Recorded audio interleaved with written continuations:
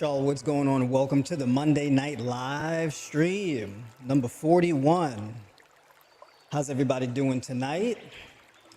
I got a lot to showcase and talk about today. I'm going to be talking about what my diet currently looks like and what my strategy is and why, and show y'all a bit of my weekly grocery haul and what my strategy is behind my grocery shopping in particular, right? So I'm going to talk about my short-term purchases and my long-term purchases, right? The things that I buy the most frequently are going to be the things that go the baddest, the quickest, like this pineapple here that I got to cut into. And then the things that have a much longer shelf life, right? So pretty much my food shopping is going to be those things in particular. All right, but before I get started with all of that tonight, let me catch up with y'all in the comments here.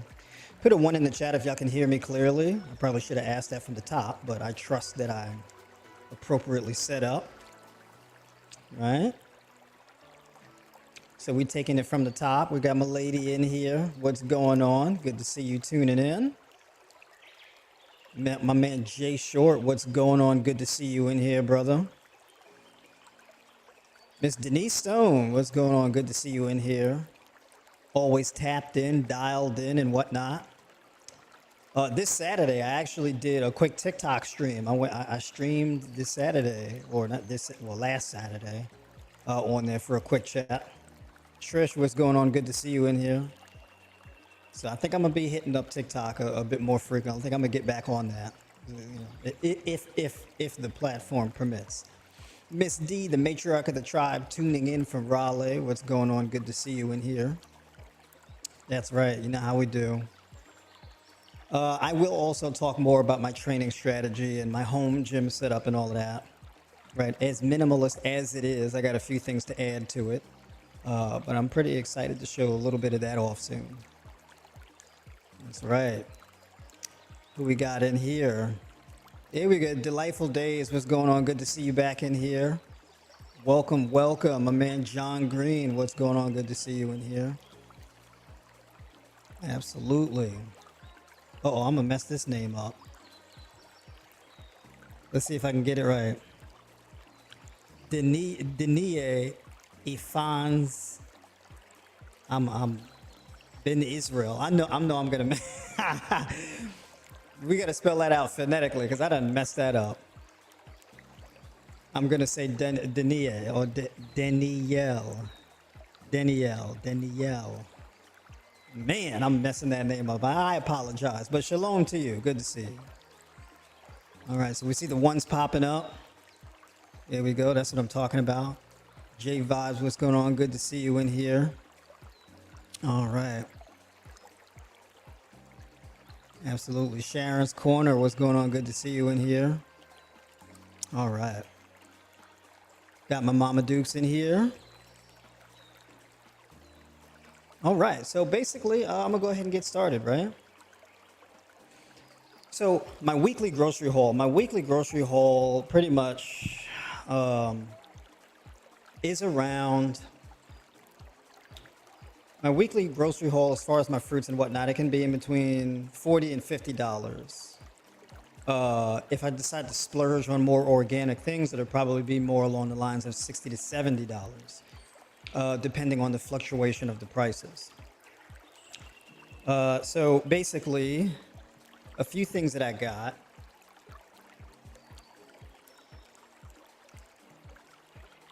We got 2 fresh pineapples.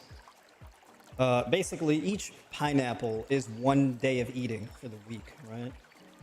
I'm sharing these pineapples, but essentially, 2 pineapples a week, right? So that would probably be like a Tuesday and a Thursday, or a Wednesday and a Friday, something like that, right?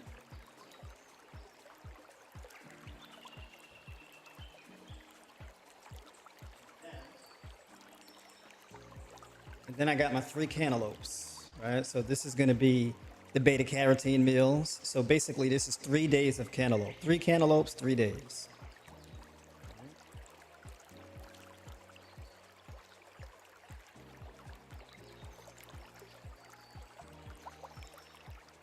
This is 1 day's worth of bananas. Right, I'm not going too crazy with the bananas because I got a lot of other things to get.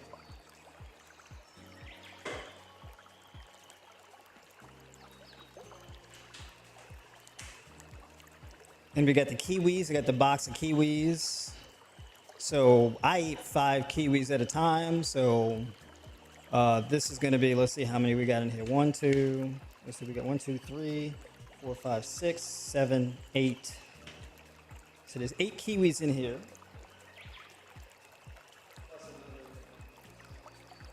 Plus I got another 5. There's 2 others there, right? So this is about a good 2 days worth of kiwis.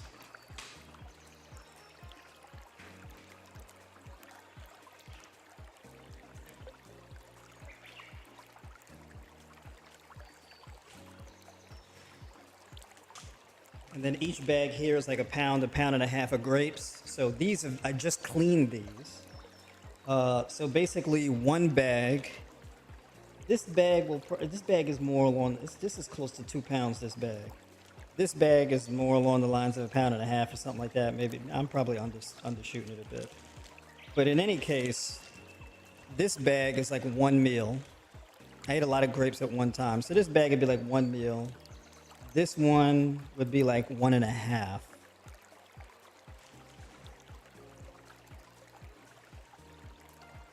So the grapes is the vitamin K meal. Let's see, vitamin C and vitamin K and copper, right? What we got here? About to get your workout in. All right, there we go. That's right. You gotta get the quick workout in at home and tune into the stream. The pineapple is really good for digestion and abundance of vitamin C, potassium, really good stuff. And I got more grapes. I don't play when it comes to the grapes. I'm big on the grapes lately. So this right here, I got these soaking. So this is another pound and a half or so of grapes here soaking. Baking soda and vinegar, right? So I got to pour these out and transfer them to dry off.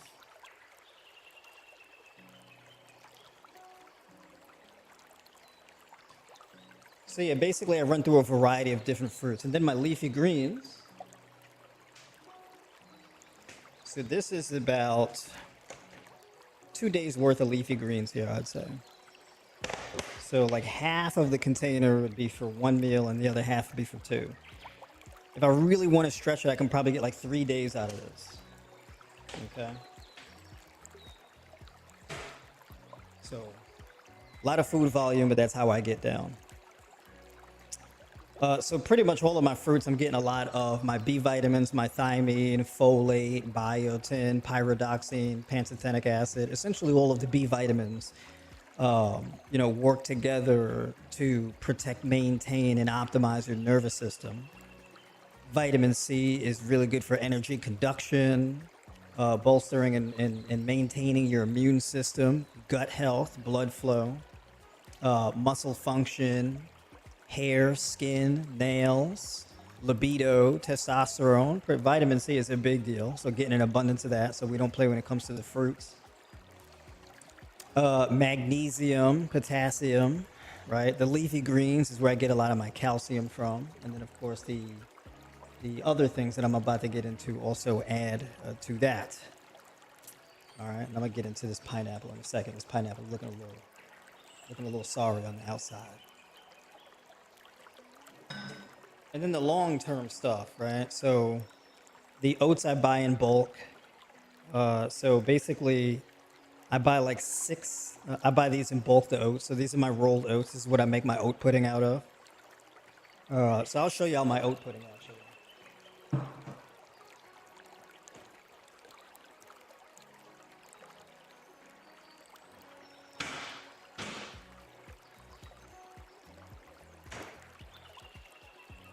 So this is the oat pudding. This is my breakfast. Okay. So this right here is like a good 900 something calories. And in here, I basically run the oats. I soak the oats. So these are the oats that I soak in the mason jar overnight. So basically, I'm gonna leave these in the fridge overnight. And then after I eat my breakfast here, then I would replace this empty container post breakfast with this. So I'll basically make this here. And I make that in that blender, and it's an AI powered blender. It's a smart blender. It's a nice fancy blender. So it sets the timing where the blender kind of has a reading to tell when something is fully blended and smooth or not. So it goes off on its own. It sets its own timer. So that's very interesting. So it keeps you from running the blender for either too short of a period of time or too long of a period of time. So that's the Ninja Smart Sense.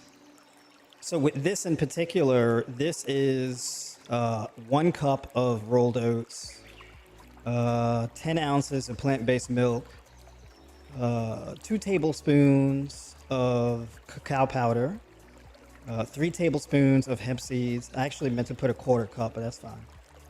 I put, what else do I put in here? Oh yeah, I put 2 tablespoons of raw sugar cane for a little sweetness. I put a 1/2 teaspoon of sea salt. I put naked pea protein in here, like 2 scoops. And then I put 2 tablespoons of PB Fit in here, or naked peanut powder in here. So it's a mix of a lot of different things. I also put like a scoop of magnesium malate in here. It's like 2 grams of magnesium malate.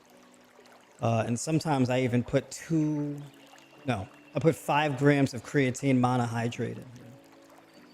So this is like a big post-workout meal for me, right? So that's what I do with that. And I can also put sliced banana in this, but I like to eat the bananas on their own, right? So I'll eat like 6 or so at a time, like that bunch of bananas back there.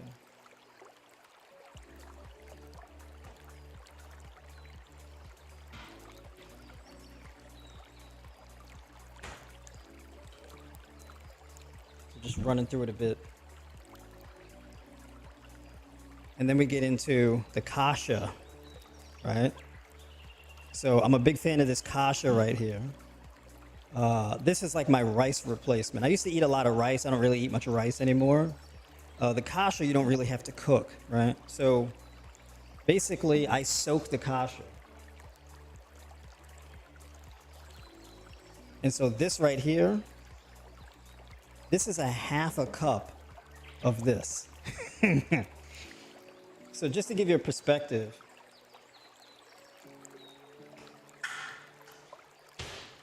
like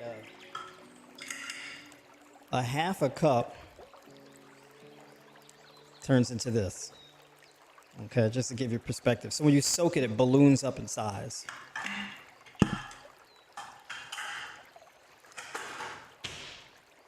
By the way, that first meal with the chocolate oat pudding, that's like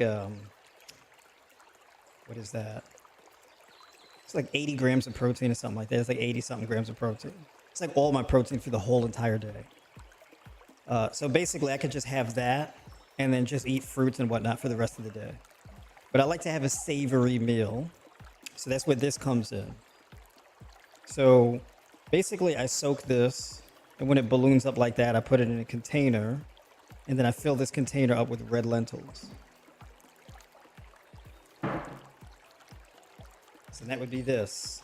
I get the kasha and the red lentils in bulk because it's cheaper if you buy it in bulk.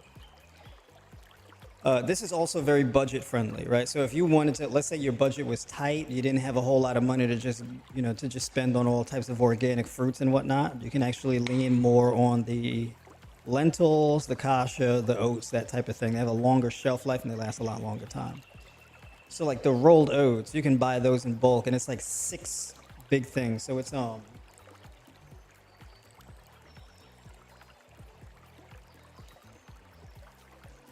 basically 6 of these, right? So each one is 18 ounces, right? So basically a little over a pound, and you can get a pack of 6 of them for like $21.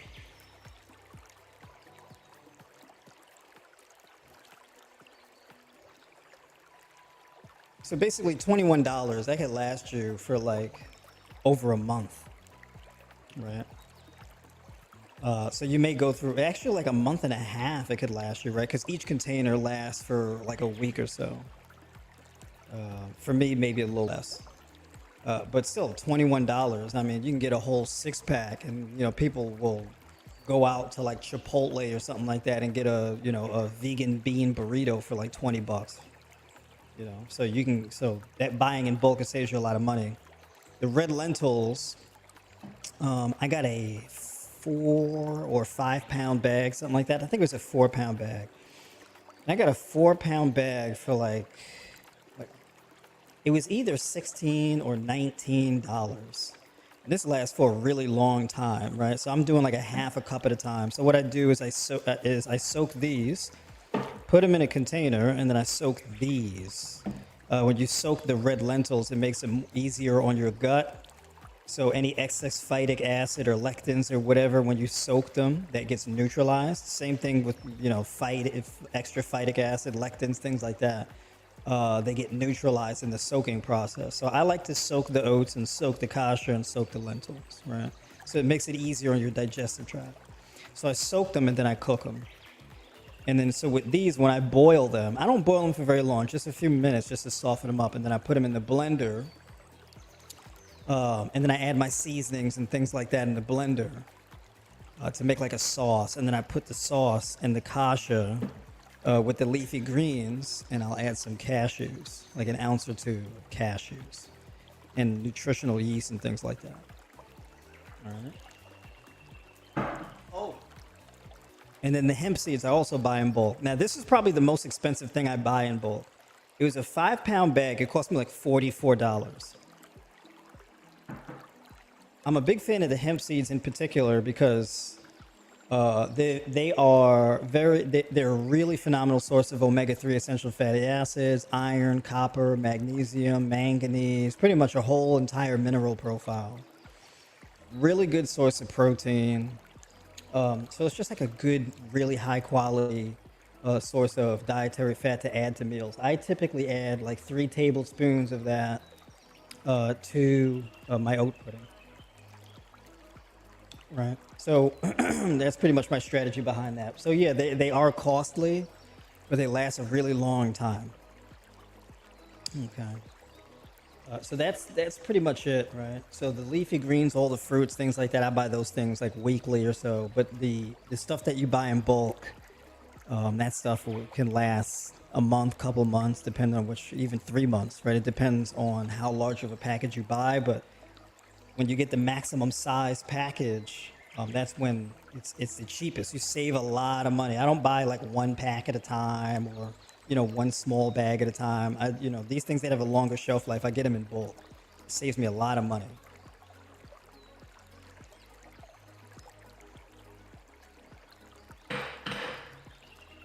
So first, before I cut that pineapple,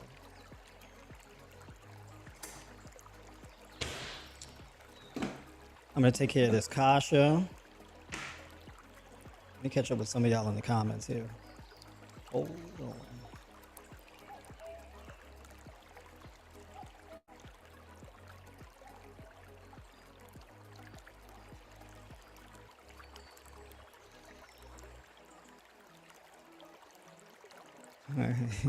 Just happy to be here. Same. I feel exactly the same. That's right. Thoughts on creatine? Heard it can be detrimental to the kidneys. I haven't really seen significant information that shows that creatine can be inherently detrimental to the kidneys. However, if you have high creatinine levels or you're dealing with chronic kidney disease, it may be a bad idea to supplement with creatine. I wouldn't do it personally, just to be on the safe side. How important is calorie counting when eating high raw? You don't need to be particularly stringent with your food intake. It really depends on when you eat. It depends on what the macro split is. So like, for example, if you're eating high raw, it may be a good idea. Like, you have more dietary freedom if you have less fats in your diet. So if you're gonna eat high raw and you don't really want to count calories, you don't want to have to worry about limiting your food intake, one of the best things that you can do is eating more of a low protein, low fat diet. And that kind of removes some of the restrictions. The more protein and fat you add to your diet, the less conducive to things like weight loss it becomes. If you're trying to gain weight, then maybe you want to add a bit more dietary fats and protein to your diet, right? When I say gain weight, I'm assuming that you're trying to gain weight to build muscle. Let me know if the scraping with this container is like annoying, because I'm over here scooping out the kasha. So just sharing with y'all a little bit of my meal prep here. And this is like a solid kind of thing that I do where first meal would be like, you know, a large portion of fruit. Second meal would be like my oat pudding. And then my third meal would be like another fruit bowl. And then my fourth meal would be like this lentils and kasha. What I'm going to start doing too is I'm going to start adding sweet potatoes to the list. The matriarch of the tribe, Miss D, she sent me some pumpkin spice seasoning. So what I want to do is I actually want to boil sweet potato, and I want to throw the sweet potato in the blender with the pumpkin spice seasoning. And I'll add like additional cinnamon, nutmeg, and things like that, little sea salt and whatnot to it. And I may actually have that as a breakfast. That might be a spin-off of what I do with my oats. So I might do that. See, basically this is just a container I have for my oats. And that frees up this container for the lentils.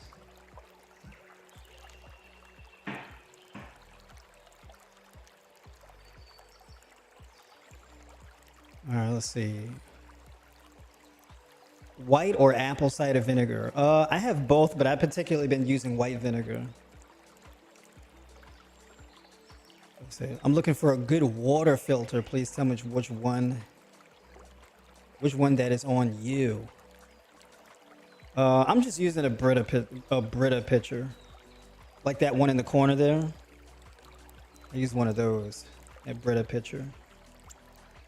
I'm not that sophisticated when it comes to my water filters. What online or in-person stores do you utilize for grocery needs?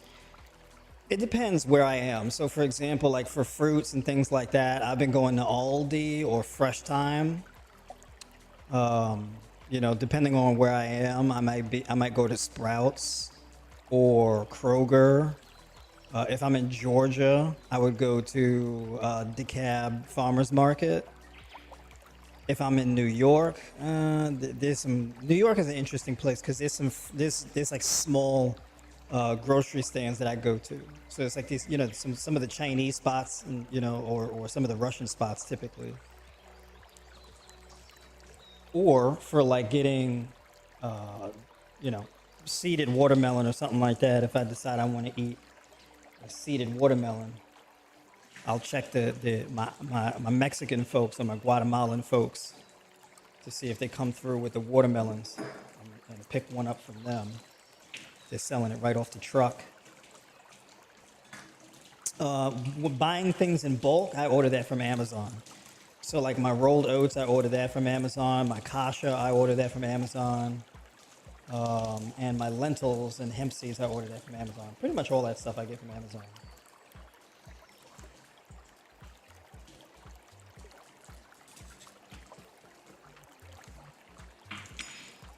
By the way, folks, like the stream. If you like the stream, like and share. If you find this valuable and you want to share with others, feel free to do so.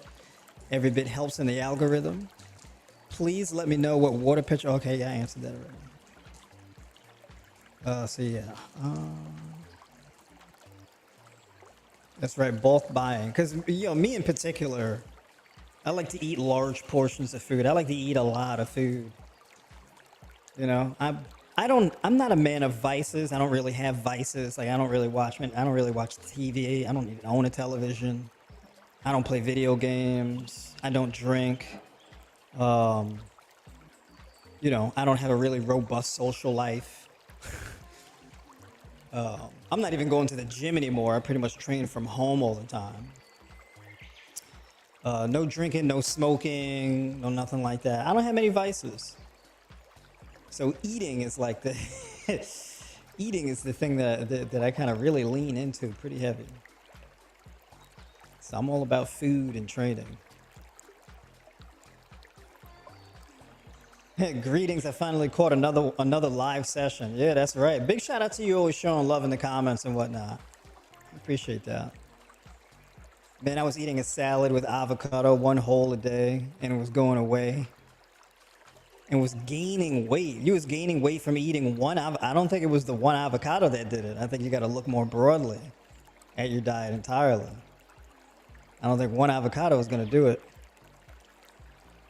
Do you believe nettle tea along with blood pressure medicine can drop your blood pressure too low? Yes, that is a possibility. I wouldn't do blood pressure medication along with nettle tea. Like, if you have high blood pressure, you're better off just fixing it with food. I wouldn't really mess around with the blood pressure medication like that. Blood pressure medication doesn't fix your blood pressure. It may temporarily lower it, but it'll never fix the problem. And then it's just more toxins and metabolites for your kidneys to filter out. So I personally wouldn't get into all of that. What do you think about eating all fruit during the day and a salad and starch for dinner?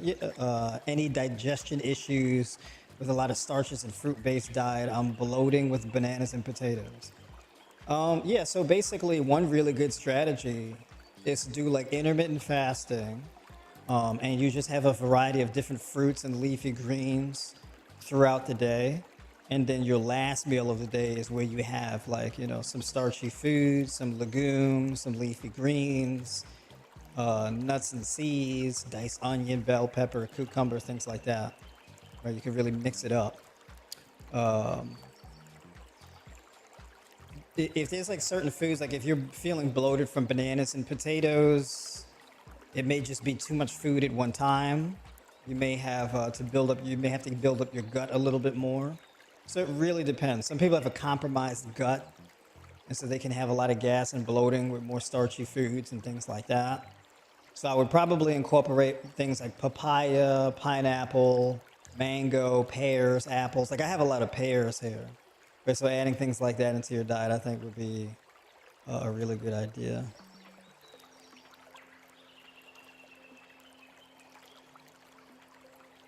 The way you eat your fruit, man, is try to eat melons alone. Yeah, I'm a big fan of mono fruit meals. I used to mix fruits a lot. Certain fruits I'd still do mix, but I personally do a lot of mono fruit meals. So like I'll eat cantaloupe by itself, I'll eat grapes by itself, I'll eat apples by themselves, I'll eat bananas by themselves, I'll eat pears by themselves. I'll eat watermelon by itself, honeydew by itself. So that kind of, even the kiwis, I'll just pop kiwis just one after another like candy, and I'll eat those by themselves. Zero water filter is top of the line. It is a water distiller and protects from bacteria and all metals and chemicals. As no Brita filter is a distiller, and you might as well use the faucet water. Okay. Yeah, there's one. It's this water filter that it alkalizes your water by sending an electric pulse through the water. It's called like a Carrigan or a Kagan or something like that. It's called Kaigan or something other like that. It's basically like an alkaline water machine. What is this? You could be eating too much fiber. Maybe. You could be eating too much fiber. It depends, right? To be honest, if you're not used to eating a lot of fiber in your diet and you're not used to eating all the carbs, it may just be a thing that your gut has to adjust to over time, right? So I wouldn't panic too soon. But you can kind of decrease the portion size of the potatoes or the bananas that you have at a time and then gradually increase the amount. All right. So I would start with that.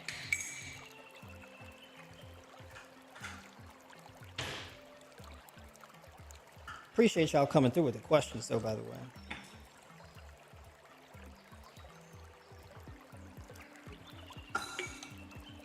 So I'm doing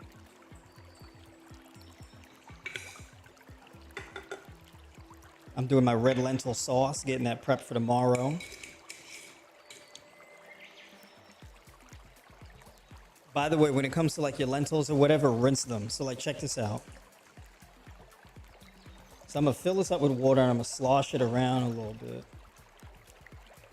So y'all can see what this looks like. Look at that. You see all like cloudiness in there? So you wanna rinse it out a few times. So I like to rinse it in hot water. I do this with everything. I do this with the kasha. I do this with the oats. Like I rinse it. Rinse it a few times until that water gets clear. You know what I'm saying? Wash your fruits. Wash your leafy green vegetables. Rinse your greens, legumes. Rinse all of that out, right? It shouldn't be foamy and bubbly. All right, so I swirl it around in there.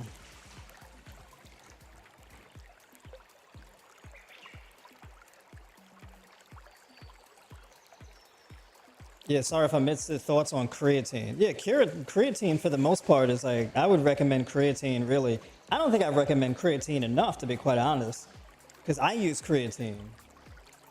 I think creatine is great, especially for vegans, because your body produces its own creatine. Your body produces creatine from methionine, cysteine, and histamine. And your body uses those amino acids to create creatine. Your body pretty much creates like 1 gram of creatine on its own per day, but you're not getting creatine from your food if you're on a plant-based diet. So, you know, adding a little creatine, like 5 grams a day or so, is actually very beneficial. You see how much clearer that is? So you rinse it out a few times, you have a little patience. But yeah, so creatine is actually a great, I mean, it's not essential, but it is beneficial. You don't need it necessarily, but it can be very beneficial. Right. I don't think I don't really recommend creatine that often because it's not really a thing as far as I know, that like reverses any kind of chronic illness or anything like that. It's more so just like, yeah, that's clear enough, right? I'm gonna do one more time. I'm gonna rinse one more time. One more time. These are sprouting jars, if you're wondering. There's a mesh top, so I can pour the water out without pouring out the contents of the container.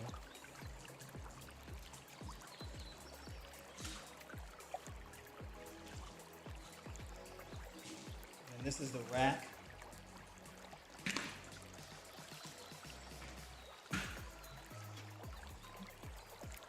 So I just got my oats and my lentils chilling next to each other.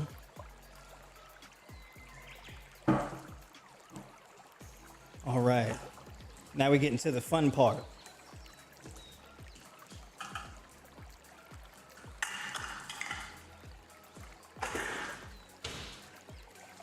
Oh, and I got a bunch of cucumbers. So I got these little cucumbers. These are like a great addition to add. You know, like you can do diced onion and bell pepper, and you can do diced cucumber with the kasha. You could do black beans, kasha, diced onion, bell pepper, and avocado. That's a good combination right there. Catch up with y'all. I like strawberries, blueberries, bananas, dates mixed in my overnight oats. Is that okay as a combination of fruit? Oh, be mindful. So that is a good tasting combination. Bananas contain something called polyphenol oxidase. So basically the polyphenol oxidase inside the bananas neutralizes the antioxidant content of the berries. All right. So if you're trying to use the berries, the antioxidants in the berries as a means of like reversing chronic illness and that kind of thing, lowering blood pressure, blood sugar, pain relief, etc., hormonal function, it would be a good idea to not mix bananas and berries together. All right, so I'm gonna show y'all my tricks a little bit with how I prep pineapple. By the way, with the crown of the pineapple, you can plant the crown of the pineapple in soil And there'll be another pineapple that grows out of the top. Nice little fun fact. Now, pineapple in general is pretty hard. So what I do is I'll roll it out. Okay.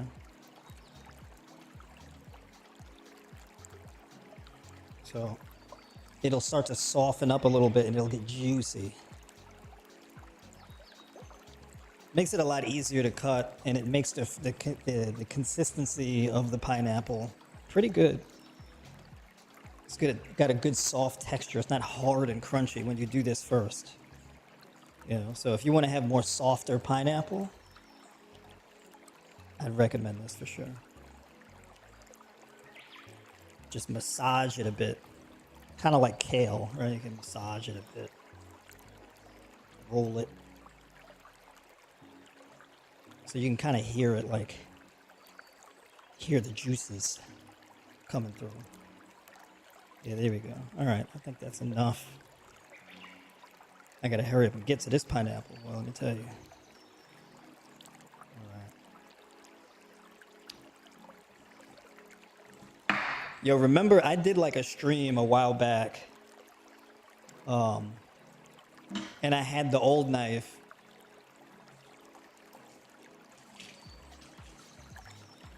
And I was cutting pineapple, and it was like a hardcore struggle because the knife was kind of dull. I'm gonna rinse this off right quick.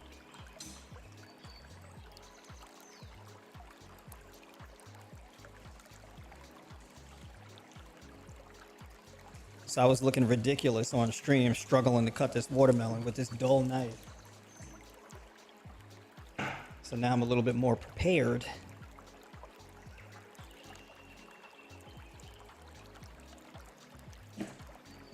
So I cut off the ends first. And then here, I go in the middle. Do one cut, two, and three. All right, I don't know. Pineapple looking a little extra ripe. All right, we're gonna see. I'm gonna have to test this a little bit. I usually don't let it sit for this long.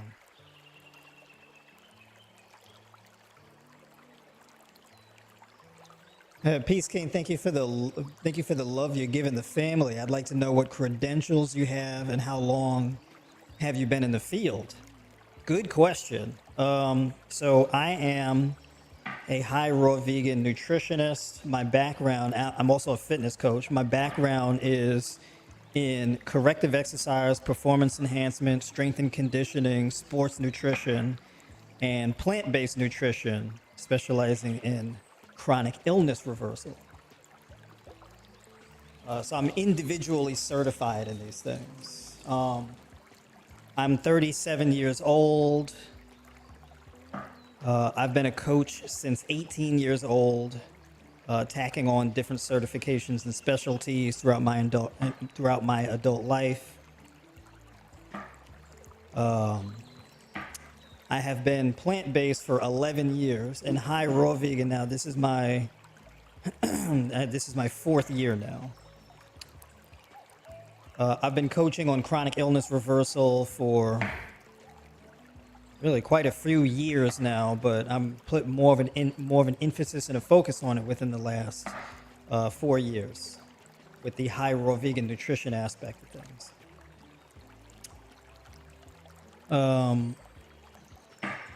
I've had a lot of success with reversing autoimmune disorders, diabetes, high blood pressure, kidney disease, specifically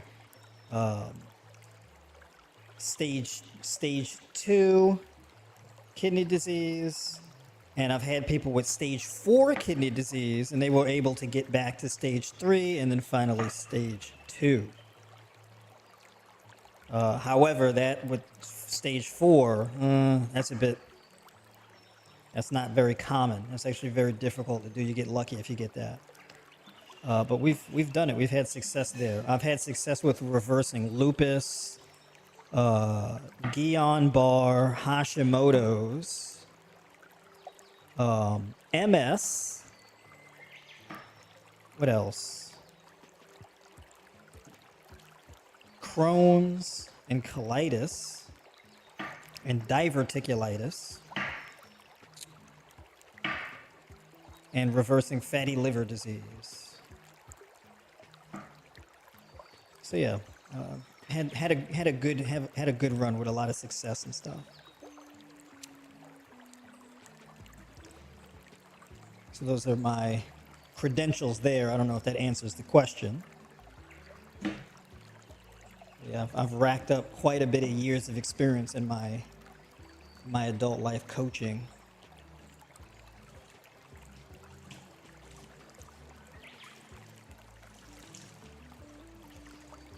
Oh, let me catch up here.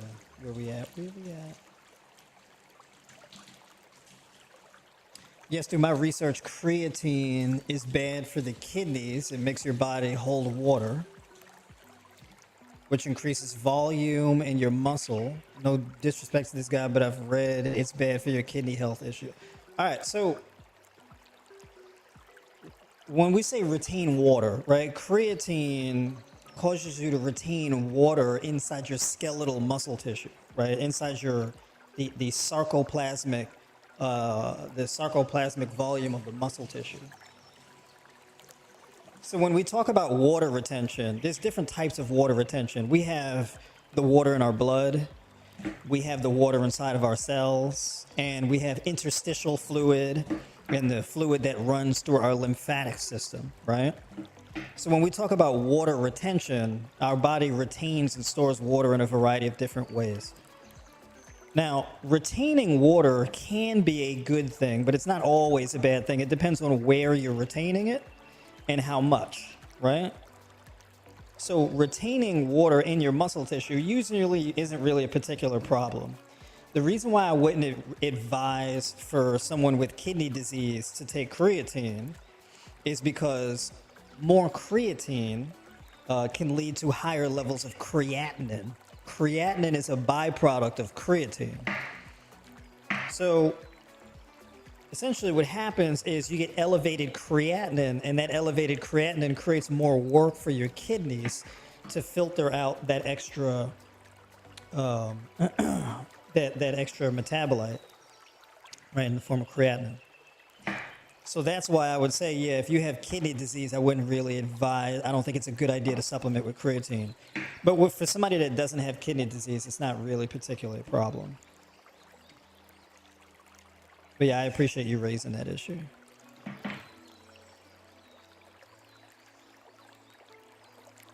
Cali girl, what's going on? Yeah, new knife. You had us scared watching with the, with that dull knife. Yo, people was like, yo, you're gonna lose a finger. Yo, you better chill. Better get a new knife. When you exercise, creatine is actually a byproduct of your workout, so you don't want to add too much to your body. No, creatinine, not creatine. Creatine is not a byproduct of your workout. You're talking about creatinine. The extra creatine will raise your creatinine. Yeah, there you go. Yeah. Yep, you got the right idea. How important is oxalates? Should I worry about it on a plant-based diet? That's a good question. The oxalate issue isn't particularly problematic if you're eating like a balanced diet. So for example, your oxalate content is balanced out with like vitamin C, magnesium, and you're not dehydrated, right? So oxalates are not inherently problematic. It depends. Like if you have too much calcium, you're lacking vitamin C in your diet, things like that. But you got like vitamin C, you got citrus fruits and whatnot that help to break up a potential stone formations, things like that. So yeah, generally speaking, on a plant-based diet, oxalates are not really much of an issue. Or at least I haven't seen any data that bears that out. A lot of it is speculation, where people kind of look through an in vitro lens, so to speak. But in vivo, it doesn't really seem to be a significant issue for people on a plant-based diet. However, if you are concerned about oxalates, then I guess it would probably help to add more calcium to your diet. But it's circumstantial. I don't necessarily think you need to do that. But if you wanted to, you can add some plant-based milk or something that's fortified with calcium.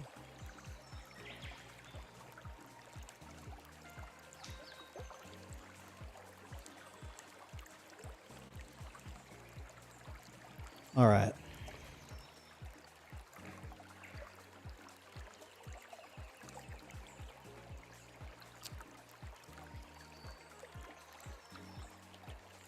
Let's see where we at. You said performance enhancement. No, when I say performance enhancement, I mean through training. I'm not qualified to like administer like hormones or anything like that. I'm not referring to TRT. I mean performance enhancement as far as like using training techniques that would improve like your actual performance in your sport and things like that. Muscle activation, strength and conditioning, where you can maximize muscular activation and things like that to improve performance, right? Training for power, strength, speed, endurance for a particular sport, that kind of thing.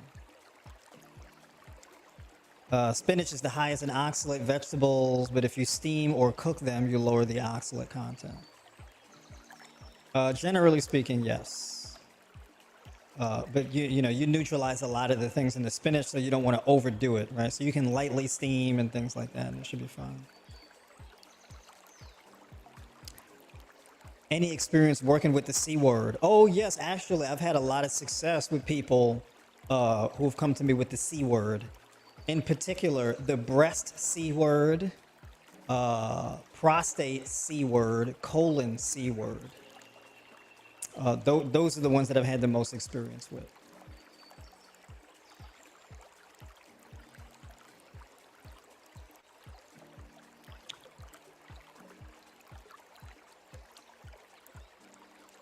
I think most greens should be slight cooked besides arugula. It depends. So like I wouldn't cook tender leafy greens, right? Like that I wouldn't do. So tender leafy greens like arugula, baby spinach, watercress, kale, certain types of kale, really all kinds of kale, but some kale are more are easier than others, like baby kale. What else? Swiss chard, mustard greens, things like that. I wouldn't really particularly cook those. I mean, you can lightly steam them if you want. I personally don't really do it much. Dicing everything so perfectly as usual. That's right. That is right.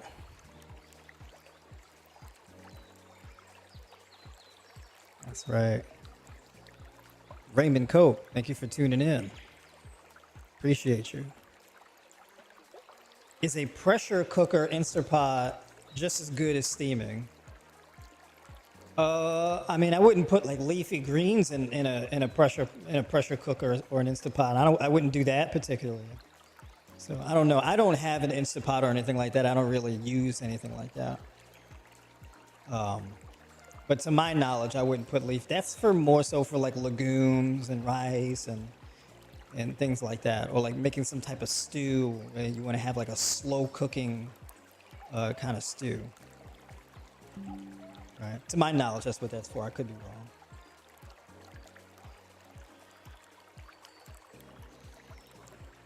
All right. I'm getting this glass container collection because I don't really like eating out of plastic. I have some plastic, but I'm gonna transition to the point where I don't really eat or have any plastic. I don't want to eat out of plastic. It's gonna be wood or glass or porcelain. That's how I roll. So yeah, I gotta show y'all too, because there's some other things. I also get like seasonings in bulk as well. Like for example, cinnamon. I'm a big fan of cinnamon.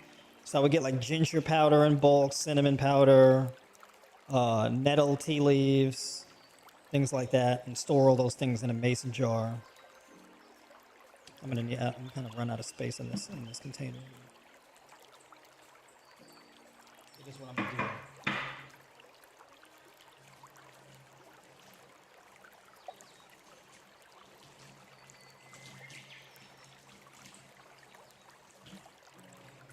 So yeah, I'm gonna show y'all in a second. Let me just make the switch.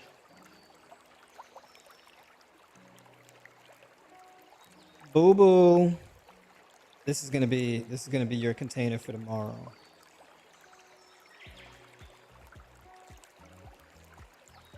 Let's shrink this down a little bit.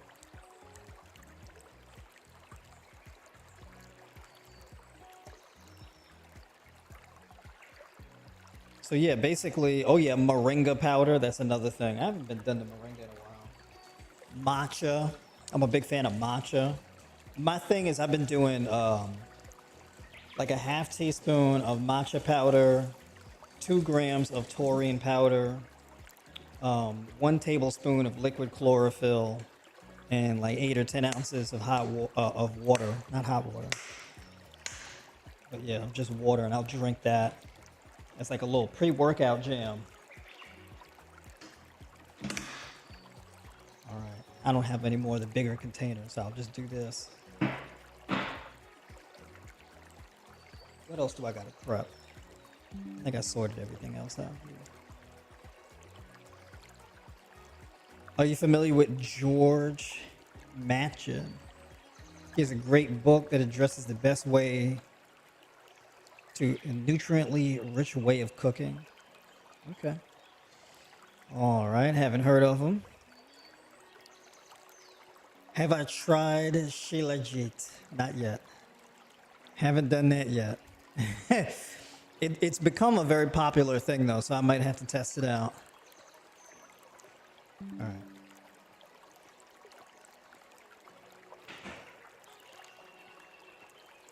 I gotta put my kettle back on. It was whistling, I turned it off, and I never poured my tea. It's almost close to my bedtime, so I'm gonna wrap up here with y'all, but I wanna answer a few more of y'all questions. But pretty much, I just wanted to come on here right quick and hang out with y'all in the kitchen and show y'all, wanted to explain the budget right quick, how I'm living, what I'm eating.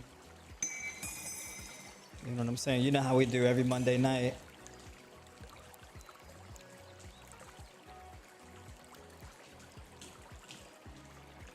It's really fun. It's fun. All right. Oh, that's what I wanted to show y'all. Hold on. I'm about to show y'all something. By the way, if y'all want to join my 12-week mentorship and follow like my whole my high raw vegan diet strategy, my training plans, things like that, join the tribe support group. We got that going as well. That's the 12-week mentorship. You can sign up for that. There's a link in the description box below this video for that. You can also book a call with me if you want to set up a personal call with me. So I'm doing consultation calls with people all week. And if you want personalized coaching, I do that as well. So links to all of that is in the description box below. And if you're not already on my tribe newsletter, you can also sign up for join my tribe newsletter, Tribe by Noire newsletter, and you get notifications for when I do my live streams and things like that.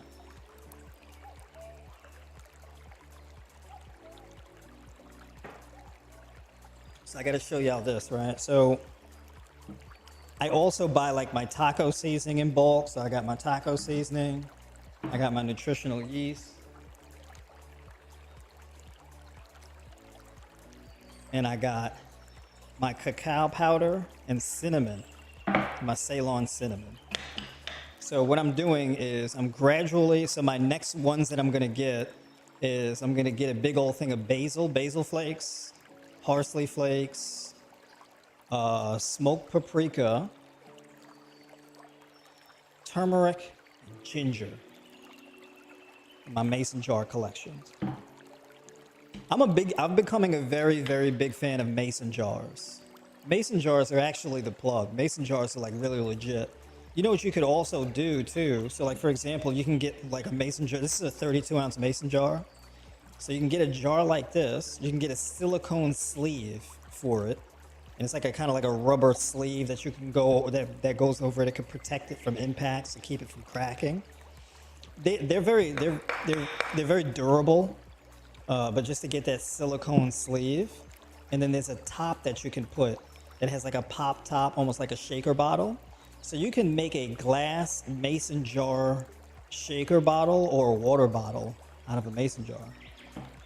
So they're very versatile like that. Very cool stuff. So yeah, my nutritional yeast, I buy this like 4 pounds at a time. Taco seasonings, like 2 pound bags. The cacao is like two pound bags. The Ceylon cinnamon, it's like 2 pound bags. These will last you forever. So, the upfront investment, it might be a little pricey, but you know what? It's better than buying like the small little jars, because you can get like these small little jars and they're like freaking $10, $12 and all of this, $8 for this little jar. But if you buy it in bulk, you can get like 2 pounds of it for like twice as much. So basically you can pay for the whole 2 pound bag like $20, but you get 10 times the amount. So I mean, I would much rather do that, quite honest with you. So that's how I roll. So I don't buy like the seasonings and these small little things. I don't do that.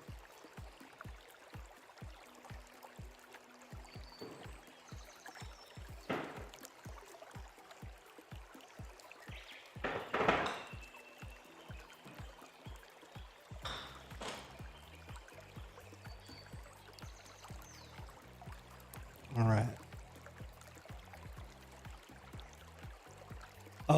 So normally I get Navita's cacao powder, or I get what is that one?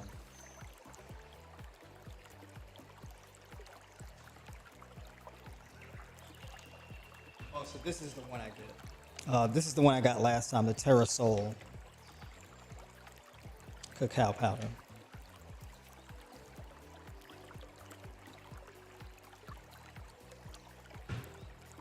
So I got the nutritional yeast from the same company. That's right. Mason jars is the plug. I'm a big fan of mason jars because I really don't like drinking out of plastic. You know what I mean? I'm really trying to avoid doing that. How much fruit per day? Yeah, so I typically eat around, I don't know, 2 to 3. 2 to 3 pounds of fruit per meal, depending on the fruit. So like watermelon, it could be like 3 pounds at a time, 4 pounds at a time. Cantaloupe, it can be like 3 pounds at a time. Pineapple, it could be like like 1.5 to 2 pounds at a time. Grapes, 1.5 pounds at a time. So it depends on the type of fruit. But if I'm doing like two fruit bowls per day, it could be anywhere from like 4 to 6 pounds. That's what I've normally been doing.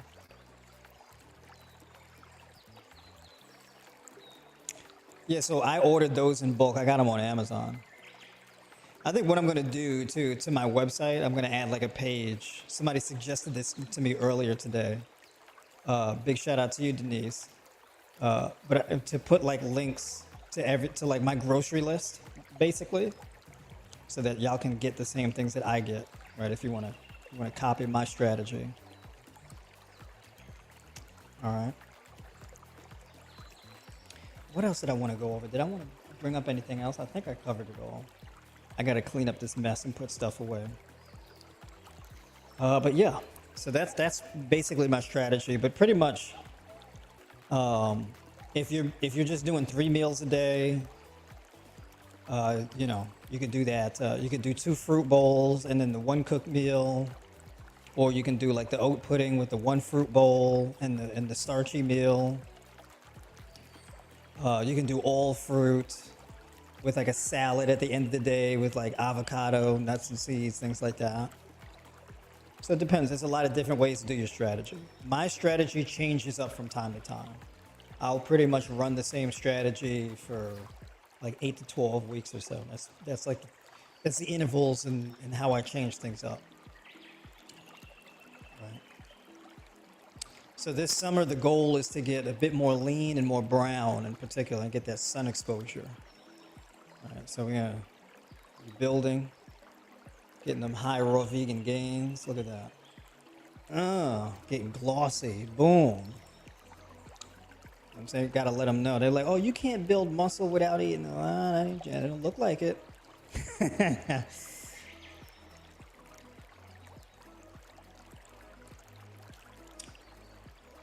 Have you been able to put on muscle since going high raw or just maintain? No, I've definitely been able to put on muscle and get stronger. It hasn't been, so like my training strategy, I train very differently than I used to. I've still been able to build muscle by just training with resistance bands and stuff. But I haven't really been like in the gym. I haven't been in the gym lifting heavy. And I haven't really had to. I've been able to build muscle and all that type of stuff. I haven't really been trying to gain weight and all that. I haven't been trying to do that. So my focus these days, I've been able to put on muscle pretty effortlessly without even really being geared towards trying to do it. So yeah. But I've definitely made like improvements and gains and things like that. So if I really start training to really try and really max out muscle mass, I definitely could. When am I on TikTok again? I might go back to doing it on Saturdays.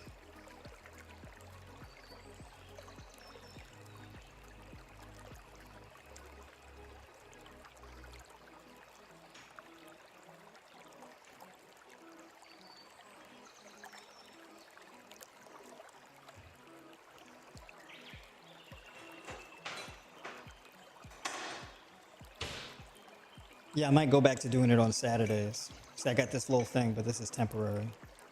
Gotta buy it in bulk. Because I just end up doing this. I do a half a teaspoon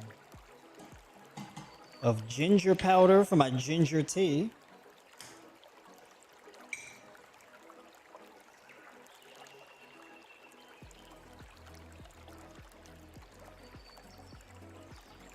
And some sprinkles of cayenne pepper.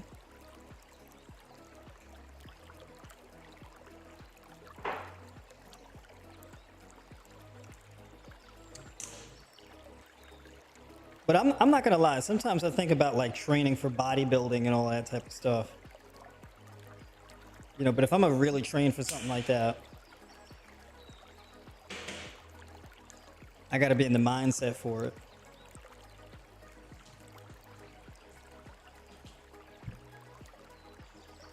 But training anywhere from 2 to 3 times a week and being able to put on muscle and even have the physique that I have, it's mind blowing because I come from a background where I used to train anywhere from 4 to 6 times a week, and now 4 to 6 times a week, it's really unnecessary actually.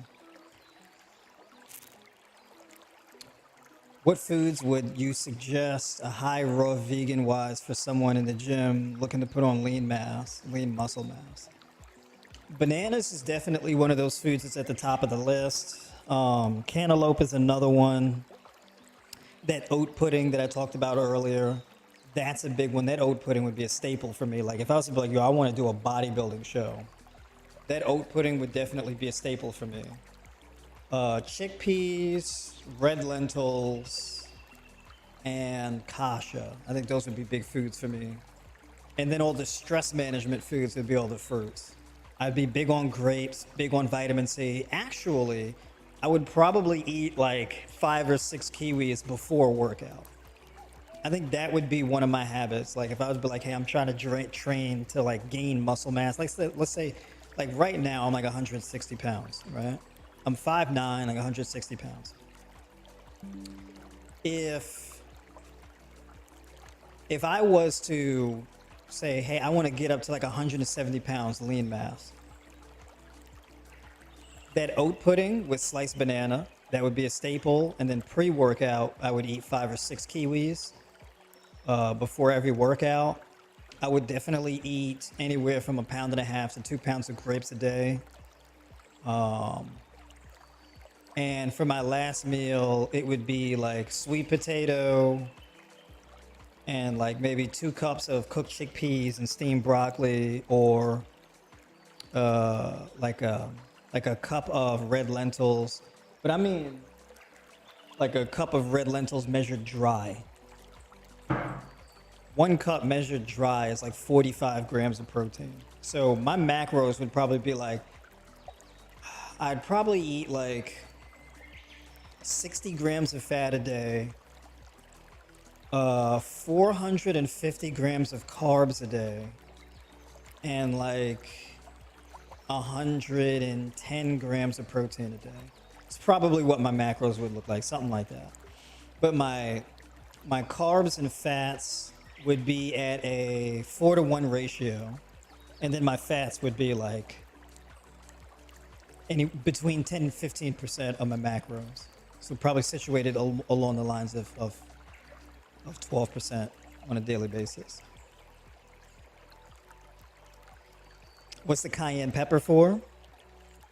Cayenne pepper is really good for oxygenation of your lungs. If you want to breathe better, you want to open up your bronchial tubes.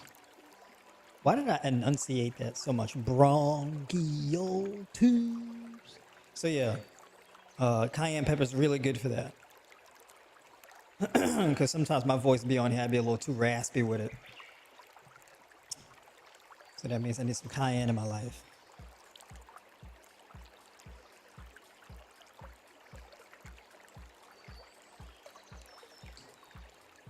Wouldn't cutting ginger and boiling it for 15 to 20 minutes be better for tea? I don't think it would be better. I mean, I do it this way, I mean, primarily out of convenience, and it works. It's really effective, so I don't mess with the strategy. So, I mean, boiling the ginger, it could be just as effective. I don't know if it would be more effective, but I think it would be just as effective. How to nurture sore muscles after a workout? How to nurture sore muscles after a workout? Miss Dom Unique, is that you? Is that the Miss Dom Unique? What's going on? Good to see you in here. You gotta check in with me. Let me know how you're doing. How to nurture sore muscles after a workout? That's well, no. So I would do before a workout, dynamic mobility, dynamic stretching. Post workout, static stretching and foam rolling, or some type of myofascial release, aka the poor man's massage.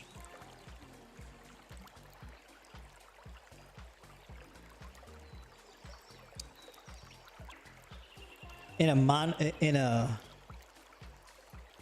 mono feast challenge until middle of July, we'll be interested in your coaching program after I complete. Oh, okay, there we go. Look at that, you went deep. That's deep. Is your physique attainable on a vegan diet naturally? Do you supplement with TRT? No, I would not mess around with no TRT. You know, actually, you know what? If I was to get on TRT, I would probably do it when I'm like 90. Like I would probably do it when I'm like 80, 90 years old. If I like hit a point in my life where like my T levels were like abysmally low because I've just succumbed to andropause because of just being elderly, then yeah, I would do it.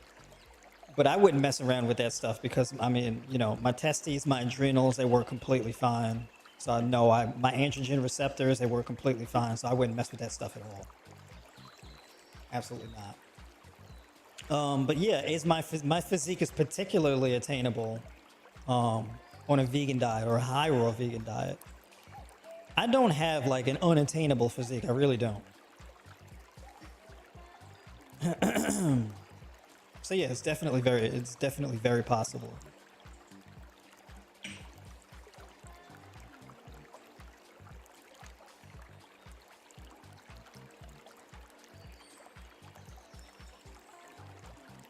Eat bananas after you work out.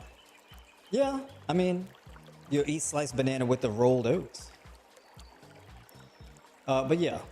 I mean, I don't think I particularly have a crazy physique or anything like that. I'm not like abnormal or anything. This is still too hot to drink. I'm gonna have to exercise a little bit of patience.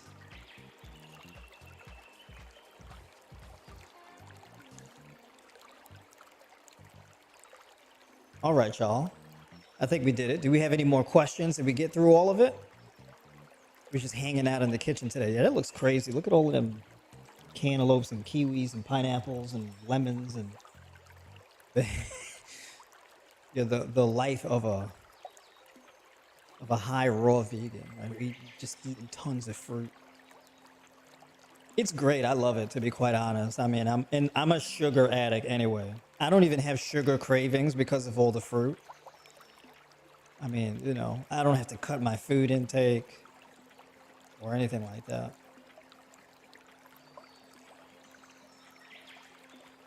So, I'm able to stay lean, build muscle, and all of that. You know what I mean? I don't have to train very often. My workouts are like 20 to 30 minutes.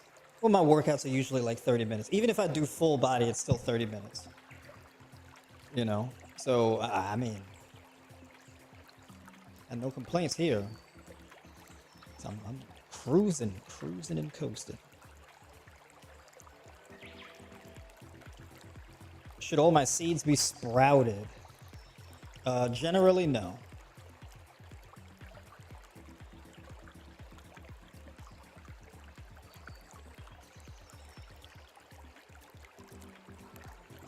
Alright.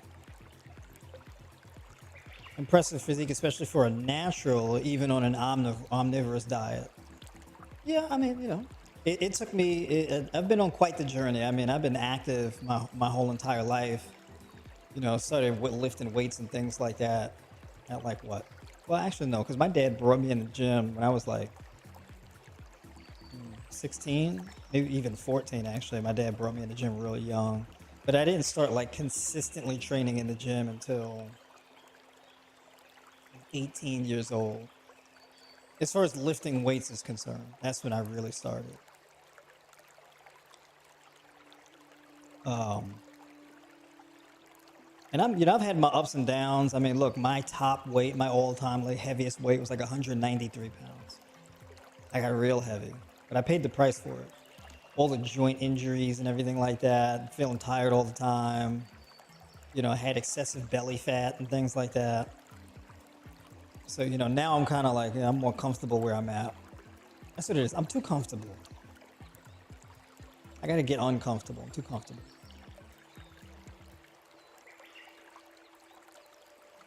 I'm trying to be raw vegan. Any advice? I don't eat meat for years now. Yeah, you can do fully raw. Because, I mean, the thing is that too, like if you're trying to build muscle and you do a fully raw diet, it's actually, you can build muscle fully raw also, because I've done that as well. I don't particularly eat a lot. I don't eat much cooked food. I really don't. But yeah, as far as muscle volume, as far as muscle growth in particular, if you're gonna do like raw vegan, you're gonna be eating a lot of carbs. Like I'm talking about, like you can be eating up around like 5, 6, or even 700 grams of carbs a day. But as you increase your insulin sensitivity, you also increase muscle protein synthesis. If you're raw vegan, most of your diet is carbohydrates. Carbohydrates break down into glucose. Glucose signals your body, like when you fill your muscle glycogen stores, you're eating an adequate amount of glucose, or you have an adequate amount of glycogen stored up inside the muscle tissue. That signals to your testes and your adrenal glands to secrete more testosterone. And as you have more glycogen storage inside your muscle tissue, that improves the receptiveness of your androgen receptors. And your androgen receptors are what testosterone acts on. So testosterone binds to your androgen receptors, and that's what drives muscle growth. Right? So I mean, if you're trying to maximize muscle growth and strength and performance and all of that, yeah, a raw vegan diet is very advantageous towards doing that. Right? And that way you can be eating 6 to 8 bananas a day. You can be eating like 2 or 3 pounds of grapes a day, 1 avocado a day, with like a cup of nuts at the end of the day. And I mean, you just carb it up through the day, and you don't really need much protein because of all the carbohydrates. And the carbohydrates are they're protein sparing.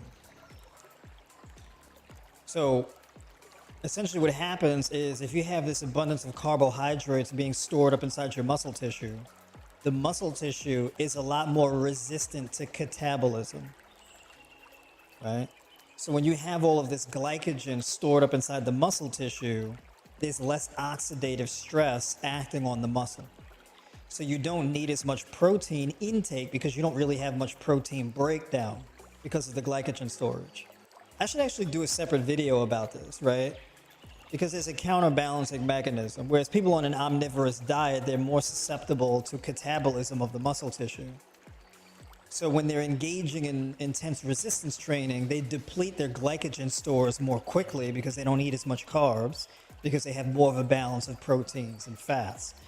So what happens is they burn through their glycogen quicker, and so they end up using protein as an energy source by converting protein into gluconeogenesis. So a lot of the protein you consume is actually not used to build, new muscle tissue or new enzymes or new neurotransmitters and that kind of thing. It's being used as an energy source.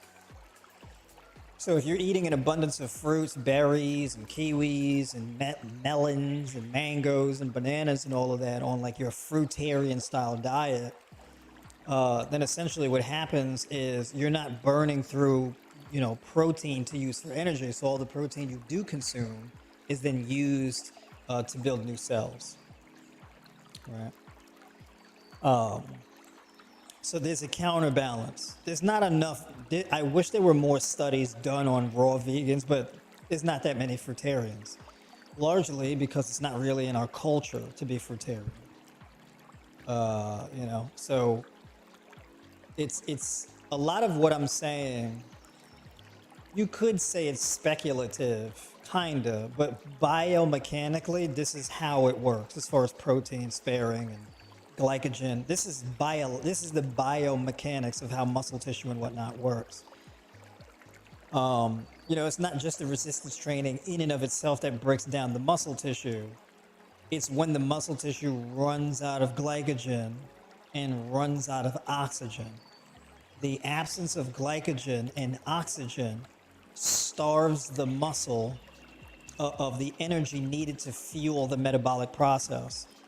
And so basically muscle tissue breakdown is a result of, it happens as a result of a lack of oxygen and fuel. And when cells have a lack of oxygen and fuel, they deteriorate. They go through oxidative stress. This is generally what happens, why any cell in the body breaks down. It's not getting glycogen, it's not getting oxygen, and it's not hydrated. So it just breaks down, it just deteriorates under stress, right? So this also drives why I'm a big fan of short workouts. So like you're only doing workouts like 30 minutes or something like that. So intense, high intensity 30-minute workouts are much less, they're much less catabolic, because you're not pushing the muscle to the point where like, oh, your glycogen is depleted and you're still going. It's not just the force of muscular contraction that breaks down muscle. That's not what causes the muscle damage. It's the exhaustion of fuel, right? So if I pick up like a 50-pound dumbbell and I curl the 50-pound dumbbell, I'm not tearing up my biceps to do one rep. It's not really how it works. I need to do enough work to really tear down the muscle. But generally speaking, when I'm trying to build muscle, I don't want to tear up my muscles. That's not what I don't want to damage my muscles. That's not, your body will respond to muscle damage by building more muscle mass, but I don't really want to do that. What I want to do is I want to stimulate the muscle to generate muscle growth. Because I'm not trying to spend all of this time wearing my body out and wearing my joints out, because when the muscle gives way and the muscles are burnt out and fatigued, now your joints, your connective tissues are now much more susceptible to oxidative stress. So people have all of these joint pain and everything like that because they train too long. And they've depleted the muscle, and now the muscle is in a catabolic state, but they keep going. And so then as a result, you get more damage of your ligaments and tendons, right?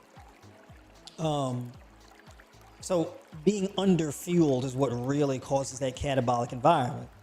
And the inverse is true. So when you add more, when you refuel your body, now this goes into anabolism. It puts your body in an anabolic state. Catabolic is cellular breakdown. Anabolic is cellular buildup. Right? So basically catabolic, muscle breakdown, anabolic, muscle buildup. So consuming carbohydrates, glucose, protein that produces an anabolic reaction.